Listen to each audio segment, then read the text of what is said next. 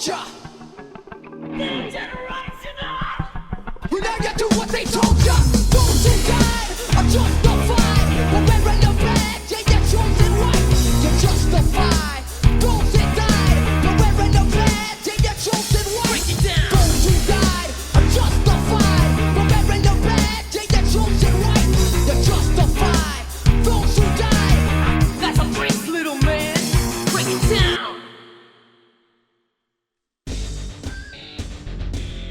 WWF Fully Loaded In Your House took place on the 26th of July 1998 from Fresno, California. Just under 10,000 fans turned up for the event and a respectable estimate of 305,000 fans bought the show on pay-per-view, though this is significantly lower than WCW's Bash at the Beach event. Our main event features Kane and Mankind defending their tag titles against The Undertaker and WWF champion Stone Cold Steve Austin. And fans are wondering if The Undertaker's finally gonna reveal if he and his little brother are in cahoots and working together. First up though, we have a match that had no story build at all. Val Venis versus Jeff Jarrett. As a matter of fact, a lot of matches on this show had no story build, but let's see what happened in Fresno, and let's see if WWF Fully Loaded 98 is worth a rewatch.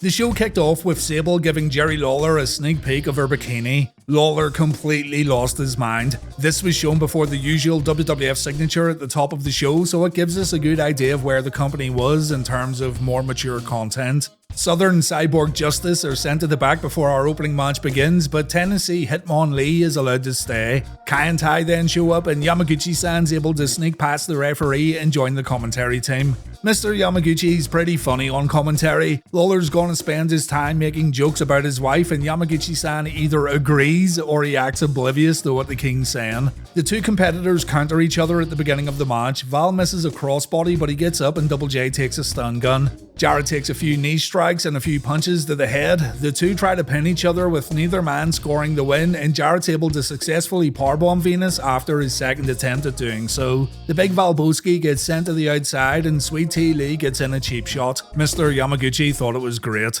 Back in the ring, Double J counters an exploder suplex and Venis takes a DDT that he sells brilliantly. The referee then has to stop Jay from kicking Venis in the penis, so Double J settles on a sleeper. Jerry Lawler says Val doesn't do much sleeping, Mrs. Yamaguchi told him so, and this joke makes Yamaguchi-san laugh on commentary. Swear to God, this man needs to be kept on commentary at all times. He's oblivious but hilarious. Val's sleeper gets countered with a back suplex, Venis replies with a solid belly-to-belly suplex, Jarrett then takes an inverted atomic drop followed by a clothesline, and Venis pulls off a fisherman suplex that only scores a 2 count. A crossbody from Double J gets answered with a body slam from Val Venis. Venis then goes for the money shot, but a scuffle in the corner leads to the referee taking a bump, and Tennessee Chung Lee makes sure Val can't pull off his finisher. Yeah, I'm definitely running out of Lees. Jarrett then hits a superplex, he goes for the figure 4, Val counters with an inside cradle, and this makes T. Lee jump on the apron. Venis knocks Jarrett into his manager/promoter. Val Venis wins via pinfall, and this was easily Venis' best match in the WWF up until this point. Mr. Yamaguchi urges fans to tune into Raw tomorrow night because Val Venis will never be the same again. And Venis tells Yamaguchi that his wife was right. Kai and Tai's manager just doesn't measure up.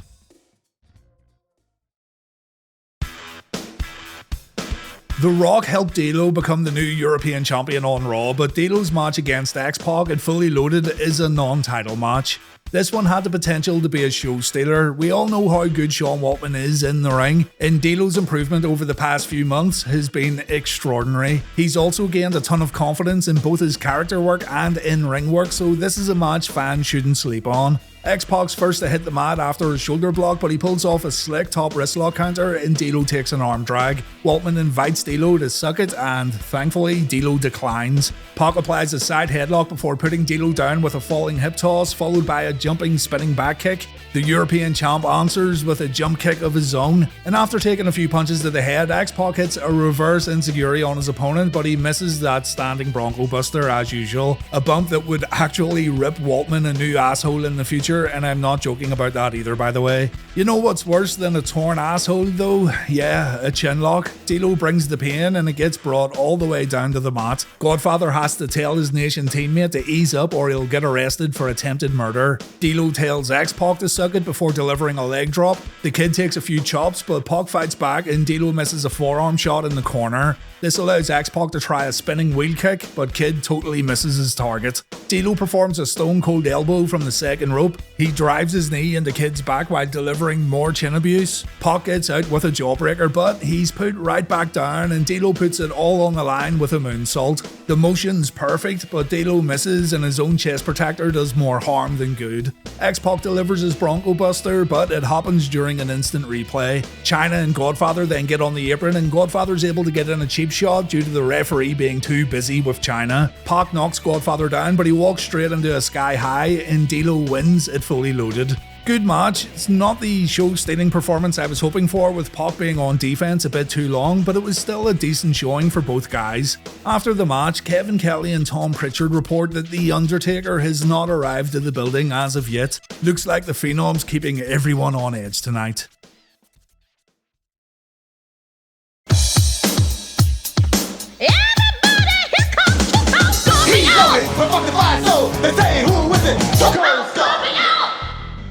A very random match next. Too Cold Scorpio and Faarooq versus Terry Funk and Bradshaw. Even more random seeing as Terry Funk and Scorpio were teaming up together pretty recently. Apparently Faarooq and Scorpio's been teaming up on Shotgun Saturday Night though, but they haven't ever teamed up on Raw's War. Before the bout, Terry Funk said this is going to be his last WWF match for a while. He wants to go home and recharge his batteries after Fully Loaded, and clearly this is news that Bradshaw wasn't too enamored with. I mean, what's the problem? The guy just wants to have time off. Bradshaw gave Funk a death stare as they walked to the ring, but when the match got underway, everything seemed to be fine. We got to see some of that hard-hitting offense that Bradshaw's known for, and Terry Funk was having a good time in his last match before taking a break. But Bradshaw wasn't too happy when Terry and Too Cold began fighting on the outside.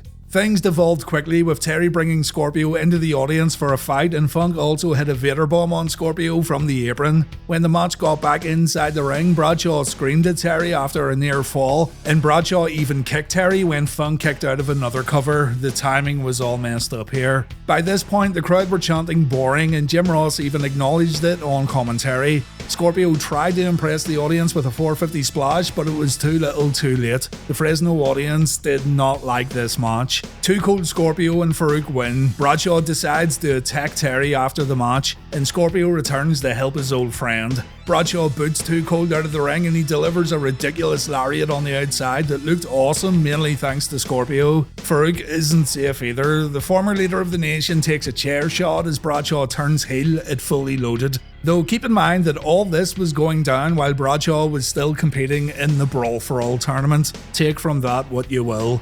Throughout the match, the commentators talked about The Undertaker quite a bit. It's unfathomable to JR and King that The Undertaker would arrive late to a WWF show because he's always very punctual. The commentators are convinced that something's wrong. Vader and Mark Henry had a match next that you expect to be a great battle of the super heavyweights, but it wasn't good. I think the issue here was that Mark still needed a little guidance during his matches, and it was on Vader to call the spots, something we clearly see multiple times during the bout. The two tested each other out, but neither man would budge. Henry then went for a body slam, and there was a bit of a slip up at first, but he got there in the end. Vader, the babyface of this match, then left the ring to try and get it together before the match resumed, and these two just aren't working well together at all. Mark pulls off an elbow drop and a leg drop. The Nation strongman then pulls off a sunset flip, which was impressive to be fair, though Vader would end up taking a seat on Big Mark. We then see a splash from Vader, and this match just isn't getting a reaction at all. At least the audience were vocal during the previous tag bout. On the outside, Henry takes a bump at the ring steps and Vader body slams his opponent back inside the ropes. You kinda forget that we're seeing some incredible feats of strength here because everything else about the contest is kinda sloppy. Mark Henry then kicks out of a middle rope splash, and that's going to be the end of it. Henry delivers a power slam and Vader loses the match after taking a splash. Remember when Vader was destroying Gorilla Monsoon and getting title matches on pay-per-views? Yeah, those days are gone. The best thing about this match was hearing the Nation's theme music before and after the bell. After the match, Kane, Mankind and Paul Bearer come down to the ring to cut a quick promo. Paul Bearer says The Undertaker hasn't shown up for 2 reasons. He doesn't want to fight his younger brother, and he wants to stay in good shape for his upcoming title match against Steve Austin at SummerSlam. The promo gets interrupted by Rockabilly and the real Double J. The Outlaws say the tag champs seem confident in saying that The Undertaker won't appear tonight at Fully Loaded, so Kane and Mankind should also feel confident in giving the Outlaws a tag team title shot tomorrow night on Raw. The champs don't get a chance to answer, a fight breaks out between all 4 men, but remember, Kane and Mankind need to successfully defend those titles tonight in the main event. There's always a chance that the titles could change hands.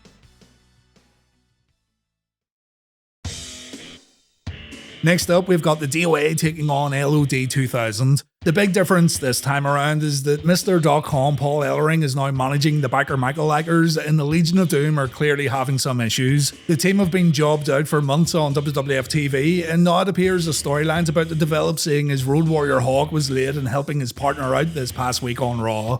Animal takes a kicking in the D.O.A's corner right at the opening bell, but he puts the dirty old assholes down with a double clothesline before tagging in Hawk. Hawk delivers a diving double clothesline before doing a bit of damage on the outside, and Animal comes back in by hitting a dropkick. The L.O.D's looking good with quick tags and solid teamwork. Hawk and Animal take turns at beating up 8-Ball, but it's Hawk who messes up when he charges into the ring post. Hawk gets jumped on the outside by Skull and Paul Ellering, so you know exactly where this one's going from this point on. We have seen it so many times before from the L.O.D during this run. Hawk gets singled out and the Biker Michael Likers take turns at dismantling the Road Warrior while Animal begs for a tag. This goes on for quite some time with Hawk ending up in a pretty bad way, but he gets a break when he clotheslines both his opponents and he successfully makes that tag. Animal comes in to clean house. Things are looking good for a moment with the L.O.D pulling off the Doomsday device, but the match comes to an end when, once again, the D.O.A pull off the old switcheroo. That's right, not too long ago we were laughing at Hawk and Animal falling for this so many times, and they even brought in draws to keep an eye on this type of admittedly predictable behaviour, but it's the same old story and it's another loss for L.O.D.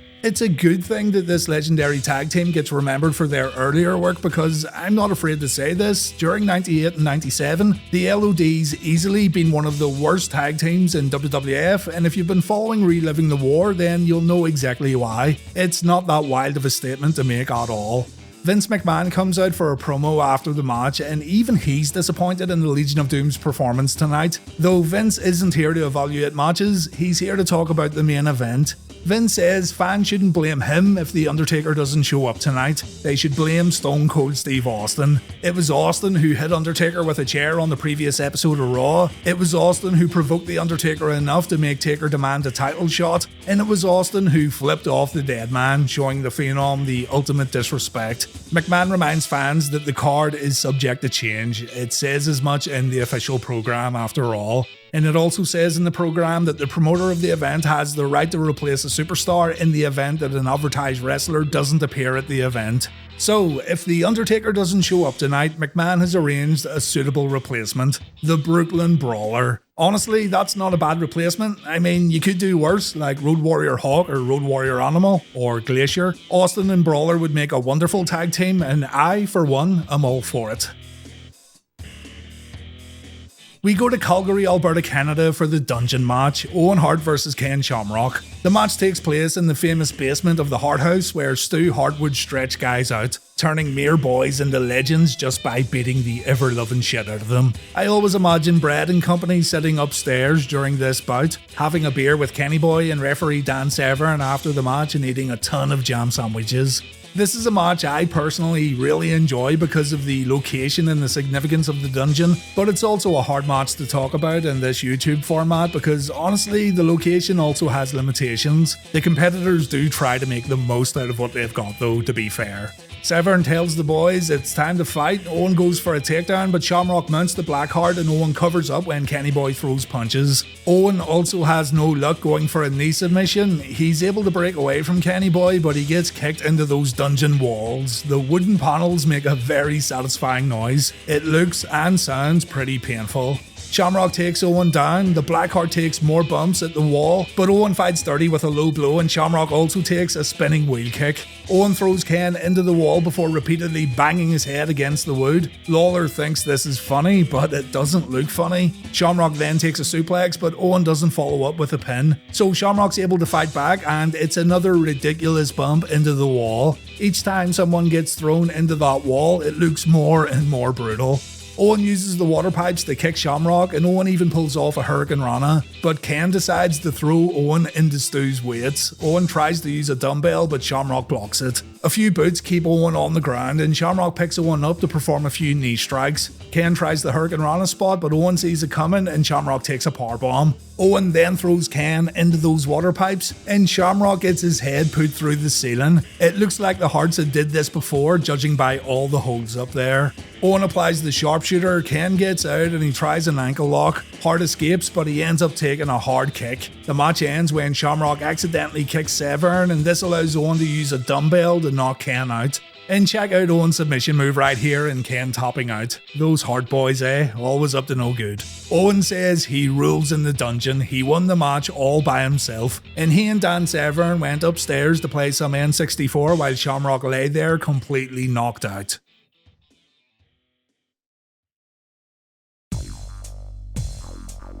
The IC title's on the line next as faction leaders Triple H and The Rock go to war in a 2 out of 3 falls match. The Nation and DX have been causing each other a lot of problems recently, with interference in matches and brawls taking place featuring every member of the factions. There's even been some imitation going on with Triple H and company making fun of the Nation on Raw's War, and you'd think that tonight's match would settle the score, but no, this is just the beginning of the Rock and Triple H rivalry. Triple H tells Rock to suck it and he pays for it early on. The two trade punches, but it's Rock who gets the upper hand and Hunter goes down after a clothesline. Hunter gets sent into the turnbuckles a few times and Rock makes the same mistake as Triple H. He tells his opponent to suck it. Hunter explodes out of the corner with a few clotheslines and Rocky finds himself getting choked out on the middle rope.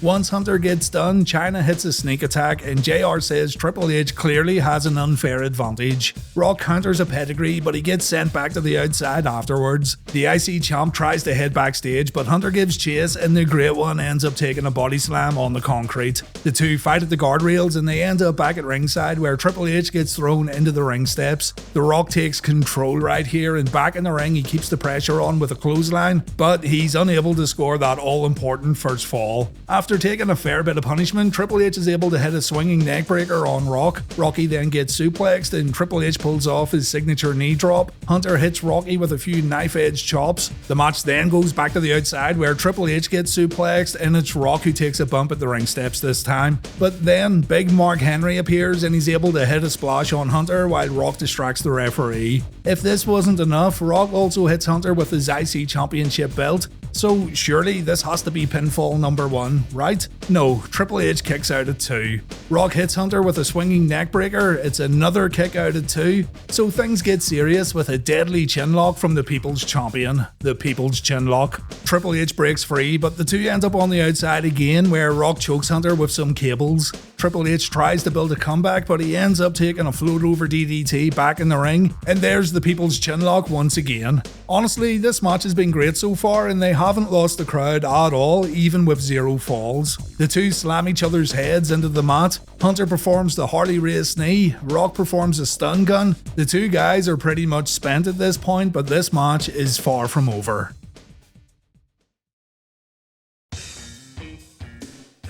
The Godfather makes his way down to the ring, but the New Age Outlaws intercept him and the three men head to the back. Rock pushes the referee to cause a distraction, and then D.O.A shows up holding his European title. Unfortunately for D.O.A, he ends up getting crotched and Hunter smacks the European champion with his own belt. But this distraction still worked. Hunter walks right into a rock bottom, and the Great One scores the first fall. There's a 1-minute rest period between falls, and when the match starts back up, the two end up on the outside again. Hunter clotheslines the champ after getting thrown into the guardrail, but Rock's able to catapult Hunter onto the Spanish announce table. It seems like anytime Hunter gets in some offense, he really struggles to follow up. Rock performs the People's Elbow, he covers Triple H, but Hunter kicks out at 2. The challenger then hits Rock with a clothesline, but he's so tired that he can't get up afterwards. Chyna stops D.O.A from getting in the ring, and while the referee's busy with Chyna, X-Pac jumps in. The Rock takes the X Factor. The crowd are on their feet as this surely has to be a pinfall, but The Rock kicks out.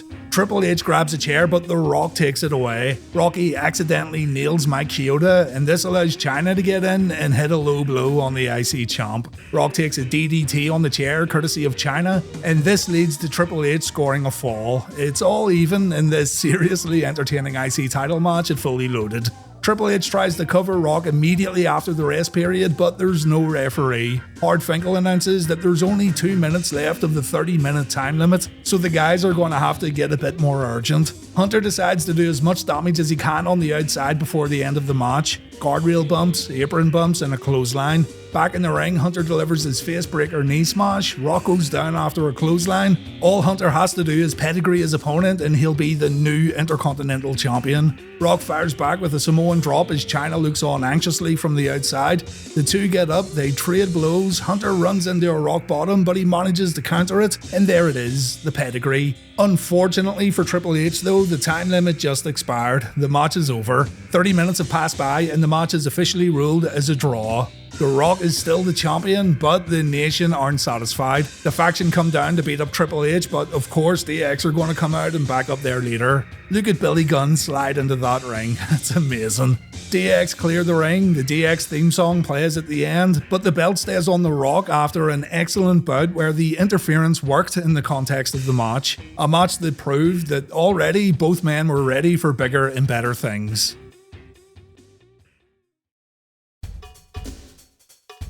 The Undertakers arrived at Fully Loaded. Kevin Kelly and Tom Pritchard show some footage of the Phenom walking into the arena earlier on. No reasons given for why he's late, but my guess is he got held up at the KFC drive-thru. Next up, we have the Bikini Contest, Sable versus Jacqueline. And as a heads up, this is one I'll have to censor for obvious reasons. Even if you feel it shouldn't be censored, the whole video wouldn't remain on YouTube without it, though the uncensored version will be on Patreon. Basically, Mero's got himself a new woman. Jacqueline's taunted Sable in regards to her body and her active life choices, let's say, and Jackie thinks she can beat the insanely popular Sable in a bikini contest on pay-per-view. Jerry Lawler's our host for this contest because of course he is. Here's the tail of the tape by Pervy Lucas. We have got height, weight, bombs, waist, hips and butt. Bombs, 34 double D, double delights, butt, round and sexy, firm and tight. My god, this is pretty brutal, isn't it? Dustin Runnels shows up and he prays for all the pervs in the audience and he reminds everyone that the Messiah's coming very soon. We're way off the arrival of Seth Rollins, so I've no idea who Dustin's talking about. The competitors are ready. Jackie goes first and her outfit leaves very little to the imagination. As a matter of fact, on the live pay-per-view, the viewers got treated to a Jackie nip slip. And I'm deadly serious, this was big news at the time in schoolyards across the world.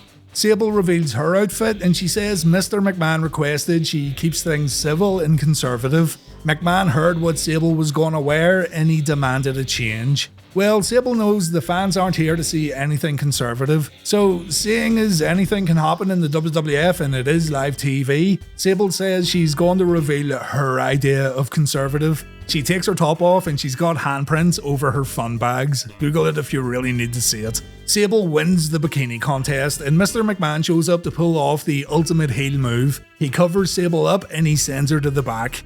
Respect to the young viewers out there who watch this live and their parents happen to walk in at just the right time to catch a glimpse of this hot wrestling action.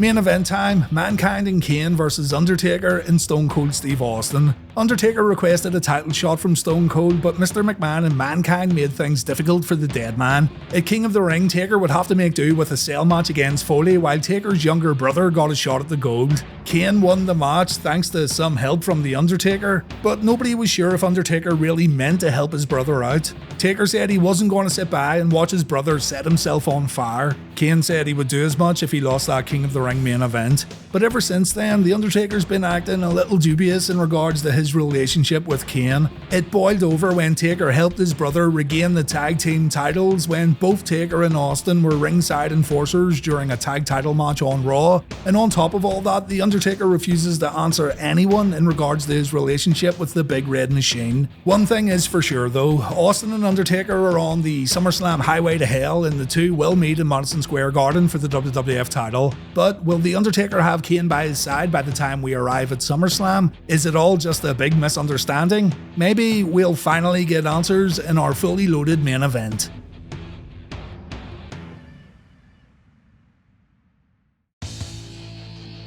The tag champs make their entrance first, and then the fans get treated to a brand new theme for The Undertaker. This one would evolve into his ministry theme, but this early version is great too. It was released on the 10th Uncaged album if you're curious. It was strange hearing Taker come out to something completely different, but it works, and many prefer these 98 and 99 versions of The Undertaker's music. Stone Cold comes out and The Undertaker squares up to the rattlesnake on the rampway. There's no time for arguments though, because Kane and Mankind launch an attack. Austin takes care of Kane while Taker goes after Mankind.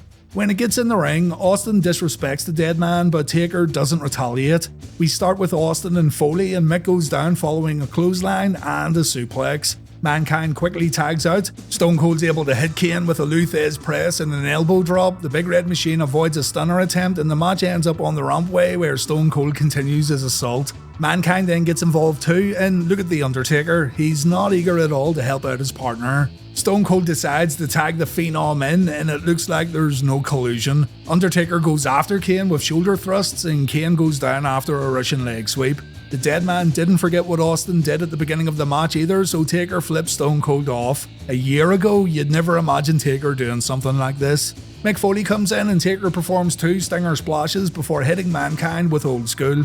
A back elbow stuns the dead man, but Mankind fails to stay on Taker, and Mick Foley pays for his crimes with a ton of corner strikes from the number 1 contender. Kane gets a blind tag and he manages to surprise Taker with a chokeslam. He doesn't cover his brother afterwards though. Kane claws at his brother's face and Austin watches on as Kane chokes The Undertaker in the corner. Jim Ross is now convinced though that Kane and Taker are not in cahoots as the Big Red Machine destroys his brother before tagging out again. It's getting to the point where Taker needs to tag out, and it appears we're building towards a hot one. The Phenom takes a double arm DDT, but Austin makes sure that Foley doesn't get a pinfall victory. Taker and Kane fight on the outside, and Austin dashes over to smack Mankind off the apron. This man was still taking crazy bumps just weeks after Hell in a Cell. Undertaker gets thrown into the ring steps by his little brother, but back in the ring he hits Foley with a DDT. And look at Kane push The Undertaker towards his corner for the tag, almost as if he didn't want to fight his brother perhaps. All 4 men get inside the ropes for a brawl. Stone Cold intercepts a chair that Mankind brings into the ring, and Kane takes a shot right on the head, but he kicks out at 2 afterwards. The Devil's Favourite Demon lands a big boot before sending Stone Cold to the outside, and Mankind attacks Austin at the commentary table before Kane comes out to drop Stone Cold on the guardrail. Back in the ring, Austin's trying to take on both opponents on his own, but Mankind and Kane tag in and out quickly to keep Austin at bay, and Jim Ross comments on how Taker and Austin have barely tagged each other throughout the whole match. Austin ends up in a chinlock, and again Taker doesn't seem overly eager to help out. A double clothesline wipes out both Austin and Mankind, and Kane makes sure that Austin's unable to tag in the dead man. Double teamwork leads to Austin taking a chokeslam. Kane then goes for a tombstone, but Austin counters and we see the Stone Cold Stunner. Mick runs in to apply the mandible claw and he too takes a stunner, but look at The Undertaker, he doesn't move a muscle. Nobody knows what's going through Taker's head, and that's the story of this match. Austin reaches out for a tag and the crowd boos when Taker refuses to extend his hand. Their boos turn into cheers though when Taker puts his hand out, and then all hell breaks loose as The Undertaker wipes out Mankind and Kane. The tag champs take chokeslams, Kane gets tombstoned, Austin intercepts Mick Foley, and The Undertaker pins Kane to win the WWF Tag Team titles. The crowd goes nuts when the bell rings, but there's no big celebration. As a matter of fact, The Undertaker grabs both belts for himself and he walks back up the rampway with the championships over his shoulder. Austin wants Taker to come back, but the dead man walks on as Fully Loaded fades to black.